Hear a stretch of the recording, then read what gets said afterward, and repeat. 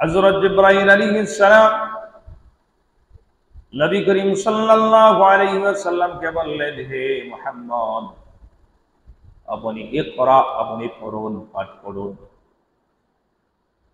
ইকরা বিসমি রাব্বিকাল্লাযী খলাক, খলাকাল ইনসানা মিন আলাক, ইকরা ওয়া রাব্বুকাল আকরাম, আল্লাযী আল্লামা বিল কলম, আল্লামাল ইনসানা মা লাম ইয়ালাম। হযরত জিবরাইল আলাইহিস সালাম নবী করিম সাল্লাল্লাহু আলাইহি ওয়াসাল্লামকে সূরা আলাকের 5টি আয়াত শোনায়া দিলেন।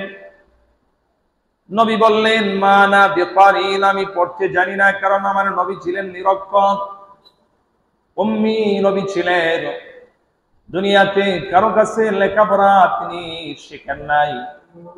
আর আল্লাহ রাব্বুল আলামিনের ইচ্ছা ছিল যে আমার হাবিবকে আমি দুনিয়ার কোনো মানুষের কাছে আমি পড়াইব না, কোন মানুষ যাতে সে শিক্ষক না দাবি করতে পারে আমার হাবিবের।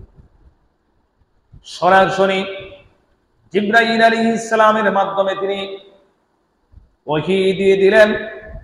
তো নবী বললেন, মা না বিকারিন, আমি তো পড়তে জানি না।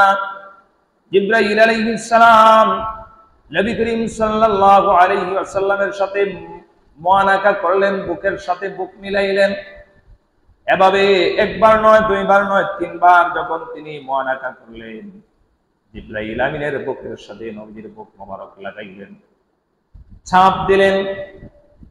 এরপরে জিবরাইল আলাইহিস সালাম বলেন, ইকরা, আপনি পড়ুন। তখন নবী বলেন, ইকরা বিসমি রাব্বিকাল্লাযী খলাক, খলাকাল ইনসানা মিন আলাক, ইকরা ওয়া রাব্বুকাল আকরাম, আল্লাযী আল্লামা বিল কলম, আল্লামাল ইনসানা মা লাম ইয়ালাম। জিবরাইল আলাইহিস সালামের সাথে সাথে যখন জিবরাইল আলাইহিস সালাম নবীকে নিয়ে বুকের মধ্যে ছাপ দিলেন, এরপরে নবীজি 5টি আয়াত বলে বললেন সুবহানাল্লাহ। নবী সঙ্গে সঙ্গে আয়াত করে নিলেন। এরপরে জিবরাইল আলাইহিস সালাম তিনি চলে গেলেন। ওইদিকে আমাদের নবী হযরত মুহাম্মদুর রাসূলুল্লাহ সাল্লাল্লাহু আলাইহি ওয়াসাল্লাম তিনিও হেরা গুহা থেকে নেমে বাড়িতে চলে আসলেন। এসে হযরত খাদিজাতুল কুবরা রাদিয়াল্লাহু তাআলা আনহাকে নবী বললেন, এ খাদিজা, জাম্মিলুনি জাম্মিলুনি, আমাকে কম্বল দাও, আমার ঝড় অনুভব করতেছি। নবী করিম সাল্লাল্লাহু আলাইহি ওয়াসাল্লাম একটু ঝড় ঝড় অনুভব করলেন, শীত লাগতেছে। হযরত খাদিজা রাদিয়াল্লাহু তাআলা আনহা নবীজিকে কম্বল দিলেন, নবীজি শুয়ে রইলেন। যখন নবীজির থেকে ভয়টা দূরে সরে গেল, তখন হযরত খাদিজা রাদিয়াল্লাহু তাআলা আনহাকে নবীজি বললেন, হে খাদিজা, আজকে আমার সাথে এরকম অবস্থা হয়েছে, আমার ভয় হয়েছে, আমার নাকি প্রাণ চলে যায়। তখন আম্মাজান হযরত খাদিজা রাদিয়াল্লাহু তাআলা আনহা নবীজিকে বললেন, আপনি কোনো চিন্তা করবেন না, কারণ আল্লাহ রাব্বুল আলামিন আপনাকে ধ্বংস হতে দিবেন না। কারণ আপনি সব সময় মানুষের অসহায়দের সহায় করে থাকেন, অসহায় মানুষের পাশে দাঁড়ান, বিপদে যারা পড়ে তাদের পাশে আপনি দাঁড়ান, আপনি জনকল্যাণমূলক কাজের মধ্যে জড়িত, অনাথ বিপদগ্রস্তদেরকে আপনি সাহায্য করেন। আল্লাহ রাব্বুল আলামিন আপনাকে বিপদগ্রস্ত করবেন না। এই বলে আম্মাজান হযরত খাদিজাতুল কুবরা রাদিয়াল্লাহু তাআলা আনহা তিনি নবীজিকে সান্ত্বনা দিলেন। পরের দিন আম্মাজান হযরত খাদিজাতুল কুবরা রাদিয়াল্লাহু তাআলা আনহা তিনি নবীজিকে নিয়ে গেলেন ওনার চাচাতো ভাই ওয়ারাকা ইবনে নওফল, তিনি আসমানি কিতাবের পণ্ডিত ছিলেন, আলেম ছিলেন। ওয়ারাকা ইবনে নওফলের কাছে যখন নিয়ে গেলেন, তখন ওয়ারাকা ইবনে নওফল আমাদের নবী হযরত মুহাম্মদুর রাসূলুল্লাহ সাল্লাল্লাহু আলাইহি ওয়াসাল্লামকে দেখে তিনি চিৎকার দিলেন, এই তো দুজাহানের বাদশা, এই তো মুহাম্মদ সাল্লাল্লাহু আলাইহি ওয়াসাল্লাম নবী আগমন করেছেন। ওয়ারাকা ইবনে নওফলের কাছে সমস্ত ঘটনা হযরত খাদিজা রাদিয়াল্লাহু তাআলা আনহা খুলে বললেন। তখন ওয়ারাকা ইবনে নওফল তিনি ভীত লোক ছিলেন, তিনি বললেন যে আল্লাহর পয়গম্বর মুসা আলাইহিস সালামের কাছে যেই ফেরেশতা ওহী নিয়ে আসতেন, ঠিক তেমনি ভাবে আপনার উপরও তিনি ওহী নিয়ে আসছেন। ওনার নাম হলো জিবরাইল ফেরেশতা, আপনি ভয় পাবেন না। তখন ওয়ারাকা ইবনে নওফল তিনি আফসোস করলেন, হায় রে, যেদিন আপনার কওমের লোকেরা, আপনার গোত্রের লোকেরা যেদিন আপনাকে এলাকা থেকে বের করে দিবে, সেদিন আমি যদি জীবিত থাকতাম তাহলে আমি আপনার পাশে দাঁড়াতাম। সুবহানাল্লাহ। তখন নবী করিম সাল্লাল্লাহু আলাইহি ওয়াসাল্লাম তিনি ভয় মুক্ত হলেন। এইভাবে নবী করিম সাল্লাল্লাহু আলাইহি ওয়াসাল্লামের প্রায় ৩.৫ বছর পর্যন্ত চলে গেল। এর ভিতরে কোনো ওহী আসলো না, এর ভিতরে আর কোনো ওহী আসলো না। ৩.৫ বছর পরে হযরত জিবরাইল আলাইহিস সালাম নবী করিম সাল্লাল্লাহু আলাইহি ওয়াসাল্লামের কাছে আবার ওহী নিয়ে আসলেন।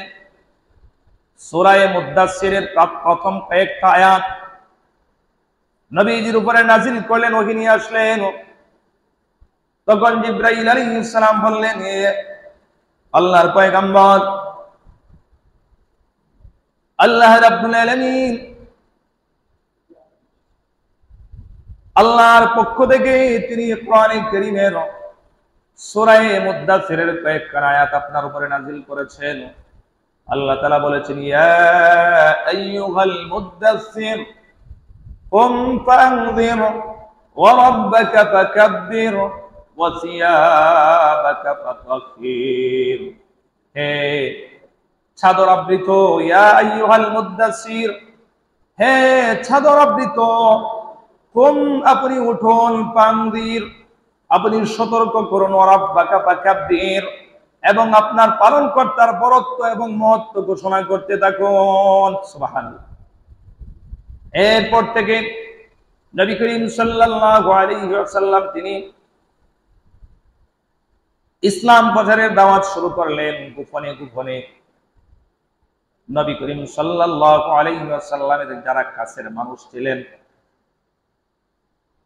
যারা বেশি নবী করিম সাল্লাল্লাহু আলাইহি ওয়াসাল্লামকে বেশি ভালোবাসতেন, বেশি বিশ্বাস করতেন, তাদের কাছে নবী সর্বপ্রথম ইসলামের দাওয়াত দিলেন। আম্মা জান হযরত খাদিজাতুল কুবরা রাদিয়াল্লাহু তাআলা আনহা, নবীজির স্ত্রী, নবীজির সহধর্মিণী, সর্বপ্রথম মহিলাদের মধ্যে হযরত খাদিজাতুল কুবরা রাদিয়াল্লাহু তাআলা নবীজির হাতে ইসলাম গ্রহণ করলেন। ওনার চাচাতো ভাই হযরত আলী রাদিয়াল্লাহু তাআলা তিনি ইসলাম গ্রহণ করলেন। হযরত আবু বকর সিদ্দিক রাদিয়াল্লাহু তাআলা তিনি নবী করিম সাল্লাল্লাহু আলাইহি ওয়াসাল্লামের বয়স যখন 18 বছর ছিল, তখন হযরত সিদ্দিক আকবর রাদিয়াল্লাহু তাআলার বয়স ছিল 16 বছর। তখন থেকে এই দুইজন মহামানবের বন্ধুত্ব শুরু হয়ে যায়। প্রায় তারা মক্কার কাবাগরের সামনে দেখা করতেন। কিছুদিন পর পর দুজনের সাক্ষাৎ হতো, কথাবার্তা হতো। হযরতে আবু বকর সিদ্দিক রাদিয়াল্লাহু তাআলা তিনি একবার সিরিয়াতে গেলেন, ব্যবসায়ের উদ্দেশ্যে তিনি গেলেন। যাওয়ার পরে তিনি একটা স্বপ্ন দেখলেন। এই স্বপ্নটা তিনি একজন পাদ্রীকে শোনাইলেন যে আমি তো স্বপ্নে এরকম দেখেছি। তখন হযরত আবু বকর সিদ্দিক রাদিয়াল্লাহু তাআলা ওই স্বপ্নের ব্যাখ্যা ওই পাদ্রী দিলেন যে আপনাদের বংশ হতে একজন স্থলাভিষিক্ত, আপনার একজন বিশ্বস্ত একজন লোক, তিনি আপনাদের বংশ থেকে আগমন নবী হিসেবে আগমন করবেন এবং আপনি ওনার জীবদ্দশায় ওনার উপদেষ্টা হবেন, আর ওনার ইন্তেকালের পরে আপনি ওনার স্থলাভিষিক্ত খলিফা হিসেবে আপনি বিবেচিত হবেন। হযরত সিদ্দিক আকবর আবু বকর রাদিয়াল্লাহু তাআলা তিনি বললেন, এই স্বপ্নটা আমি পাদ্রীর কাছে বর্ণনা করেছিলাম, আর কারো কাছে করি নাই, এমনকি ওনার স্ত্রী, এমনকি আর কোনো মানুষের কাছে আমি প্রকাশ করি নাই। একবার মুহাম্মদ সাল্লাল্লাহু আলাইহি সাল্লাম আমাকে বলতে লাগলেন, হে আবু বকর, আপনি ইসলাম ধর্ম গ্রহণ করুন। আপনি বলেন লা ইলাহা ইল্লাল্লাহু মুহাম্মাদুর রাসূলুল্লাহ সাল্লাল্লাহু আলাইহি ওয়াসাল্লাম। আপনি বলেন আল্লাহ ছাড়া কোনো মাবুদ নাই, আর আমি মুহাম্মাদুর রাসূলুল্লাহ সাল্লাল্লাহু আলাইহি ওয়াসাল্লাম আল্লাহর পক্ষ থেকে রাসূল, এটা স্বীকার করেন। হযরত আবু বকর বললেন মা দলিল, আপনার কাছে কি কোনো প্রমাণ আছে আপনি যে নবুয়তের দাবি করছেন? আপনার কাছে যদি কোনো প্রমাণ থাকে আমার কাছে আপনি প্রকাশ করুন। যদি আপনি প্রমাণ দেখাতে পারেন তাহলে আমরা সকলেই পড়ব সাল্লাল্লাহু আলাইহি ওয়াসাল্লাম। সাল্লাল্লাহু আলাইহি ওয়াসাল্লাম দরুদ পড়বেন, নবীজির নামে বেশি বেশি দরুদ পড়বেন। দরুদে অনেক উপকার আছে। 10টা রহমত নাজিল হবে, 10টা গুনাহ মাফ হবে, 10টা মর্যাদা আল্লাহ বাড়ায়। সুবহানাল্লাহ। কমপক্ষে ছোট দরুদ হলো সাল্লাল্লাহু আলাইহি ওয়াসাল্লাম, এখান তো পারবে।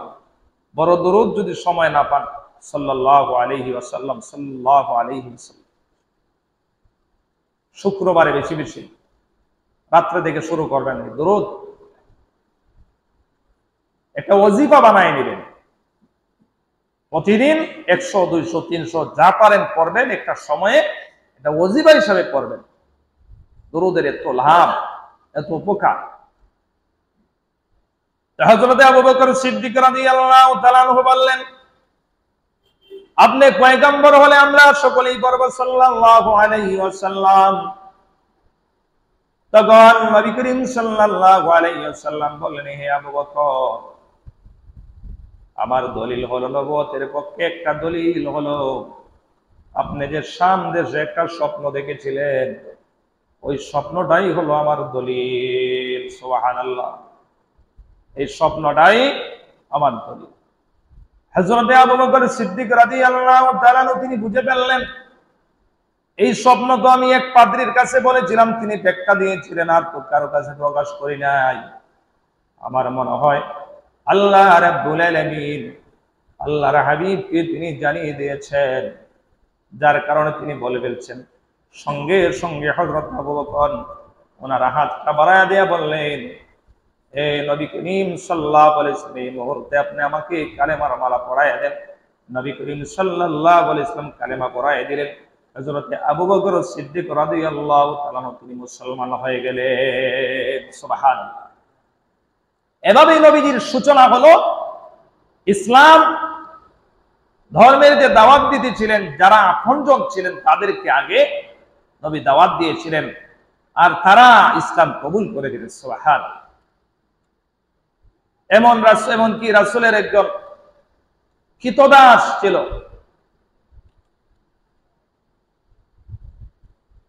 হযরতে হাবশী গোলাম হযরতে বেলাল রাদিয়াল্লাহু তাআলা, তিনিও ইসলাম ধর্ম গ্রহণ করেছেন। যায়েদ ইবনে হারেসা তিনিও ইসলাম ধর্ম গ্রহণ করেছেন। 3 বছর নবীজি এই দাওয়াতটা গোপনে গোপনে দিয়েছেন। এই দাওয়াতটা, ইসলামের দাওয়াতটা তিনি গোপনে গোপনে দিয়েছেন, প্রকাশ করেন নাই। কিন্তু দেখা যায় একটা জিনিস যদি এক জায়গার মধ্যে ঘটে, আস্তে আস্তে প্রকাশ হয়নি, বলেন তো আস্তে আস্তে কাফেররা তারা টের পাইতেছে।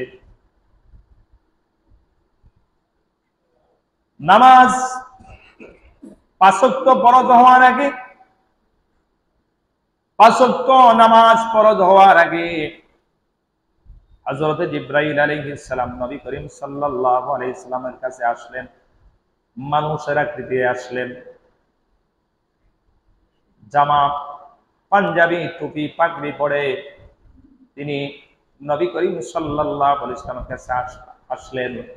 আসার পরে নবীজিকে তিনি নিজে ওযু করে শিখায়া দিলেন, নিজে ওযু করলেন হযরত জিবরাইল আলাইহিস সালাম। আর নবীজিকে তিনি শিখায়া দিলেন যে এইভাবে এইভাবে এইভাবে ওযু করতে হয়। সুবহানাল্লাহ। নবীজি শিখছেন কোত্থেকে? ফেরেশতা জিবরাইল আমিনের কাছে। নবী করিম সাল্লাল্লাহু আলাইহি ওয়াসাল্লাম যারা নবমুসলিম হয়েছিল তাদেরকে নবীজি একবারে প্র্যাকটিক্যালি তিনি ওযু শিখিয়ে দিলেন। আল্লাহ রাব্বুল আলামিন বলেছেন, ইয়া আইয়ুহাল মুদ্দাসসির কুম ফানযির ওয়া রাব্বাকা ফাকাব্বির ওয়া সিয়াবাকা ফাতাহহির। আল্লাহ বলেছেন যে তোমরার কাপড়টাও তোমরা কি করবে? পবিত্রতা অর্জন করবে। শরীরকেও পবিত্রতা অর্জন করতে হবে। ওযুর দ্বারাতে নিজে আগে পবিত্র হইতে হবে, এরপরে নামাজ পড়তে হবে। কি বলে? কোরআন পড়তে গেলে নিজের শরীর আগে কি থাকতে হইব? পবিত্র থাকতে হবে, কাপড় পবিত্র থাকতে হবে। শরীর, কাপড় এইগুলা পবিত্র হয়ে আপনি কোরআন পড়েন, নামাজ পড়েন, তখন মনোনিবেশ করেন। শরীরে যদি অপবিত্র থাকে তাহলে নামাজ হবে নি বলেন তো? কাপড় যদি অপবিত্র থাকে নামাজ হবে? এজন্য আগে পবিত্রতা অর্জন জিবরাইল আলাইহিস সালাম নবীকে ওযু শিখায়েছে। আমরা তো দেখা যায় ওযুর মধ্যে অনেকে ভুল করে, শিখতেও রাজি না। কেমনে যে তাড়াহুড়া করে আমরা ওযু করি। ওযুটা আগে সুন্দর করে করি। এগুলো আমি গত বছর আমি বলছি, ওযুর মধ্যে তাড়াহুড়া করবেন না, সুন্দর মতো ওযু করবেন, আর পানি অপচয় করবেন না। আমরা অনেকে মনে করি টেপ সাইডা দিলে অনেক পানি পড়ে, পুরা ফুল স্পিড দিয়ে শুরু করে দেয়। এটা খেয়াল করবেন, এটা কিন্তু অপচয়। কমাইয়া যতটুকু দরকার ততটুক টেপ ছাড়বেন, চালাইবেন। দেখবেন যে পরিমাণে পানি অপচয় করেন, একসাথে সাইডে দিলে টেপটা বেশি সময় লাগে না এক জগ পানি হইতে। আপনি কয় জগ পানি নষ্ট করতেছে, এটারও জবাব দেওয়া লাগে। ওযুর ক্ষেত্র সতর্কতা অবলম্বন করবেন, পানি অপচয় করবেন, এটার জন্য আল্লাহর কাছে জবাব দিবেন। এজন্য মুসলমান ইমানদার আগে পবিত্রতা অর্জন করতে হয়। নবী করিম সাল্লাল্লাহু আলাইহি ওয়াসাল্লাম সাহাবীদেরকে তিনি নিজে প্র্যাকটিক্যালি ওযু শিক্ষা দিয়েছিলেন। এরপরে নামাজ ফরজ হওয়ার আগে সফরে যাওয়ার সময় নবীজি 2 রাকাত নামাজ পড়া নিতেন। আরো আছে আইয়ামের বীজের রোজা ফরজ ছিল। প্রত্যেক মাসের 3টি রোজা নামাজ ফরজ হওয়ার আগে এগুলা ফরজ ছিল। আশুরার রোজা, এগুলা যখন 5 ওয়াক্ত নামাজের যখন হুকুম এসে যায়, নবী যখন মেরাজে গেলেন, তখন ওইগুলা নফল হিসাবে বিবেচিত হয়। এগুলা কেউ যদি আদায় করে সওয়াব পাবে অনেক, কেউ যদি আদায় না করে গুনাহ হবে না, তবে সওয়াবের পাল্লাটাই বেশি হবে যদি আদায় করতে পারে। আশুর রোজা রাখেন না আপনারা? যারা রাখেন ইনশাআল্লাহ সব আছে। ফজিলত তো বলি সময়ের সময়। প্রত্যেক মাসের 3টা রোজা 13, 14, 15। আরবি মাসে, চন্দ্র মাসে 13, 14, 15 3টা রোজা, অনেক ফজিলত, এগুলা পান। এরপরও নবী করিম সাল্লাল্লাহু আলাইহি ওয়াসাল্লাম তিনি সোমবার এবং বৃহস্পতিবার রোজা রাখতেন, এগুলা আমল করেন। আর নবী করিম সাল্লাল্লাহু আলাইহি ওয়াসাল্লাম প্রত্যেক সোমবারে, নবীজির জন্ম সোমবারে হয়েছিল না, সোমবারে রোজা রাখতেন। আমরা সোমবারে কি করব? রবিউল আউয়াল মাস যদি পড়ে, এই সোমবারে কি করব? রোজা রাখবো। খালি মিছিল দিলে হইতো না, সাথে কিছু প্র্যাকটিক্যালও করতে হবে। হ্যাঁ, এজন্য মুসলমান ইমানদার নবী করিম সাল্লাল্লাহু আলাইহি ওয়াসাল্লাম তিনি সাহাবীদেরকে তিনি ওযু শেখাইলেন, নামাজ শেখাইলেন। সাহাবীগণ তারা লুকায়া লুকায়া নামাজ পড়তেন। সাফা পর্বতের মধ্যে, সাফা পাহাড়ের মধ্যে আর মাকজুমির ঘরে ছিল ইসলামের দাওয়াতের কাজ, সেখানে চলতো।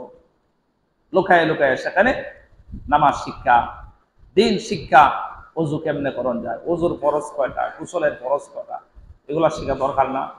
এখন এক লোক যদি গোসলের ফরজই না জানে, এর ইবাদত বলি বলেন তো?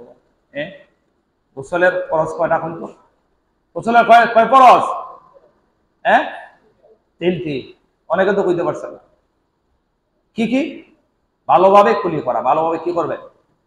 নাকে পানি পৌঁছাইবেন, নাকে সমস্ত শরীর ধৌত করবেন।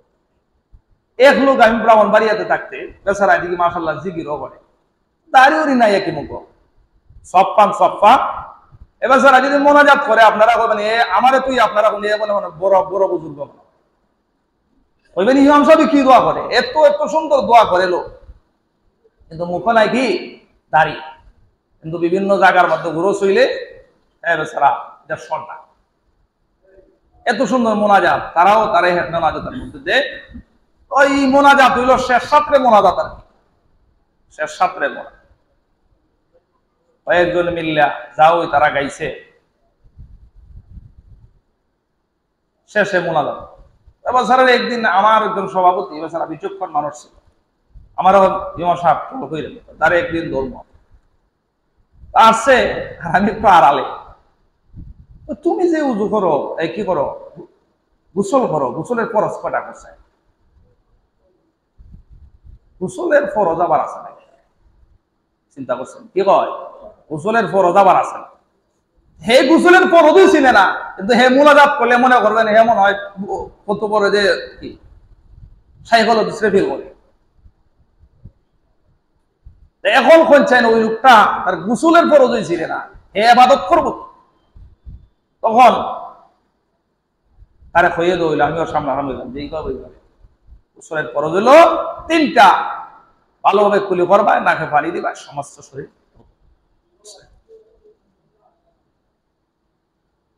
এজন্য এই মাসালাগুলো জানা থাকতে হবে। ওযুর ফরজ কয়টা, ওযুর ফরজ কয়টা বলেন তো? কেউ যদি ওযুর ফরজ আদায় করে এর ওযু হইতে, আর ওযুর সুন্নাত তরিকা মতে আপনারা ওযু করবেন, সময় নেই। ওযুর সুন্নাত হইল 16টা, ওইটা 16টা, যাই হোক এগুলো অন্য সময়। এই মাসালা মাসাইল গুলো জানা থাকতে হবে। তায়াম্মুমের ফরজ কয়টা বলেন তো? তায়াম্মুমের ফরজ কয়টা? খবর নাই, তিনটি। তায়াম্মুমের ফরজ কয়টা? তিনটি তায়াম্মুমের ফরজ। আপনি যখন এমন এলাকায় যাইবেন তখন পানিও নাই, নামাজ পড়তে না গেছেন এমন এক জায়গায় দেখেন কি নাই পানিও এলাকার মধ্যে নাই, নামাজের সময় জায়গা, নামাজ তো মাঠ নাই, নামাজ তো পড়তে হইব, একা হইলো কি আদায় করতে হইব, তখন কেমনে করবে? আপনার উযু নাই, পানিও নাই, তো উযু কেমনে করবে? অথবা আপনি অসুস্থ, ডাক্তার বলে দিছে যে আপনি যদি পানি ব্যবহার করেন তাহলে আপনার জন্য রোগ বেড়ে যাওয়ার সম্ভাবনা, তখন আপনি নামাজ পড়তে হইব না, তখন কি করবেন? তখন তো তায়াম্মুম করতে হইব। তায়াম্মুমের ফরজ হলো তিনটি, কয়টি?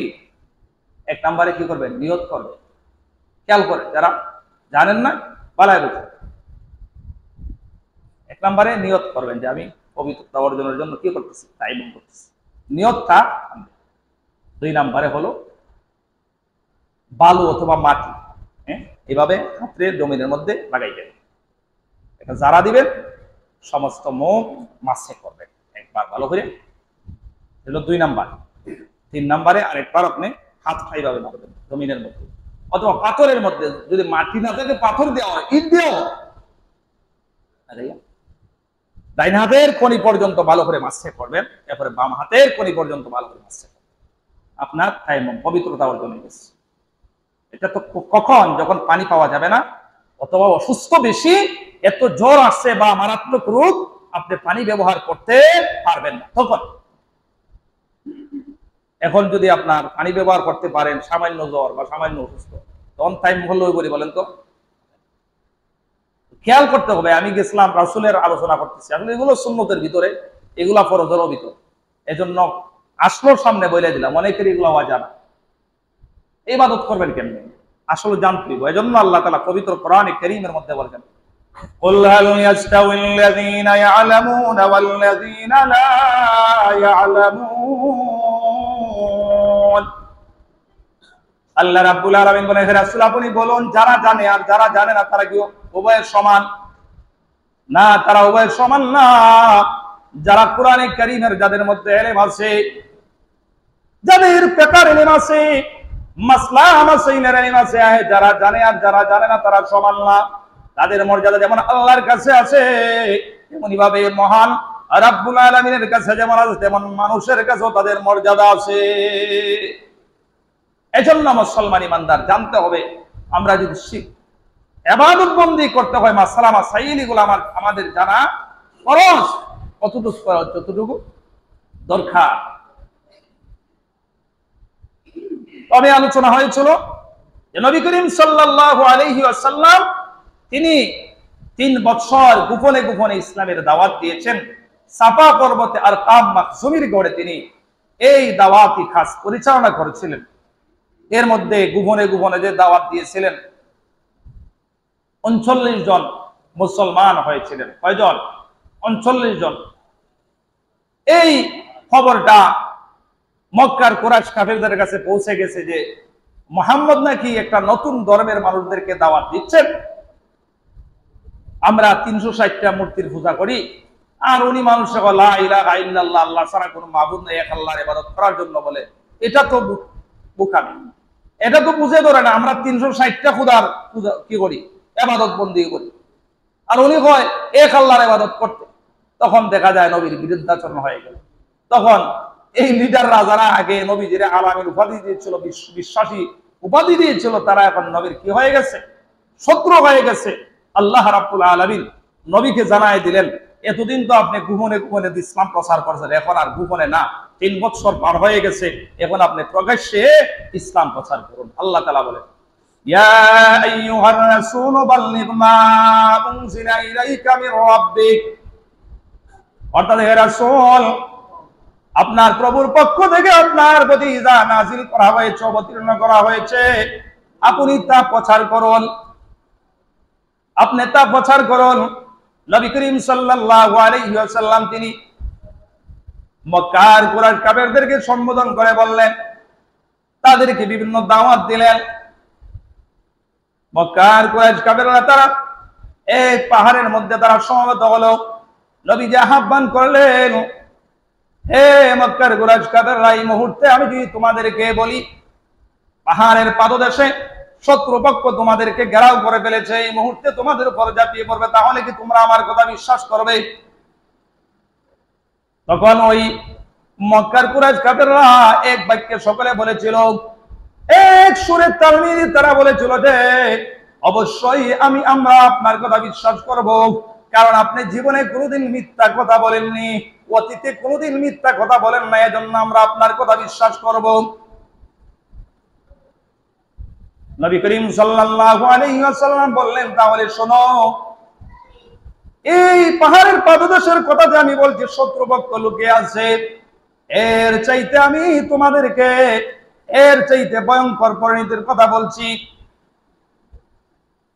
তোমাদের জন্য রয়েছে জাহান্নামের অগ্নি, রয়েছে জাহান্নাম তোমাদের জন্য অবধারিত। যদি তোমরা তোমাদের বাপ দাদার ধর্ম না ছেড়ে তোমরা যদি এক আল্লাহর প্রতি ঈমান না আনো, বিশ্বাস না করো, আর আমি বিশ্ব নবী মুহাম্মদুর রাসূলুল্লাহ সাল্লাল্লাহু আলাইহি ওয়াসাল্লামকে যদি তোমরা নবী হিসাবে মেনে না নাও, তাহলে তোমাদের জন্য অবধারিত থাকবে যার কোনো শেষ হবে না, একবার জাহান্নামের মধ্যে তোমরা চিরতরে থাকবে। এটা তো আমি যে বলেছি পাহাড়ের পাদদেশে যে সৈন্যগুলা রয়েছে তোমাদের উপর অতর্কিত হামলা করবে, এটা তো সাময়িক। এটা যদি তোমাদেরকে এই মুহূর্তে তোমাদের উপর ঝাঁপিয়ে পড়ে তোমাদেরকে মেনে করে, এটা দুনিয়াতে শেষ হয়ে যাবে, কিন্তু আখিরাতে যেই জাহান্নামের কথা আমি বলছি সেটা কোনো শেষ হবার না। যদি তোমরা আল্লাহর প্রতি ঈমান না আনো, তাহলে তোমাদেরকে অনন্ত অসীম চিরকাল তোমরা জাহান্নামের দুর্যোগের আগুনের মধ্যে জ্বলতে হবে। এই কথা বলার পরে তারা সকলে বলে উঠলো, এই জন্য তুমি আমাদেরকে ডাকছো, আমরা এত খুদার 360টা খুদার ইবাদত বন্দেগী করি, আর এখন আমরা এক আল্লাহর প্রতি বিশ্বাসের দাওয়াত দেব না। যার যার মতন করে চলে গেল। আবু লাহাবে করলো কি, সে বলল, এই বিয়াদব, নবীর উপরে একটা পাথর দিয়া আগাইছে, যে নবীকে এই পাথরটা সে ছুঁড়ে মারছে, নবী একটু সরে গেছেন, যার কারণে নবীর উপরে পড়ে নাই। আল্লাহ রাব্বুল আলামিন সূরা লাহাব এই সূরা নাজিল করে দিলেন, তাব্বাত ইয়াদা আবি লাহাবি ওয়া তাব। আল্লাহ বলেন, ধ্বংস হোক তাব্বাত ইয়াদা, আবু লাহাবের 2 হাত ধ্বংস হোক। আবি লাহাবি ওয়া তাব, অতএব সে নিজেও ধ্বংস হোক। আল্লাহ রাব্বুল আলামিন বললেন যে আমার রাসূল, আমার হাবিব তোমাদেরকে দ্বীনের দাওয়াত দিয়েছেন, ইসলামের দাওয়াত দিয়েছেন, আর তুমি আবু লাহাবে আমার রাসূলের প্রতি তুমি পাথর নিক্ষেপ করবা, এটা কখনো হতে পারে না।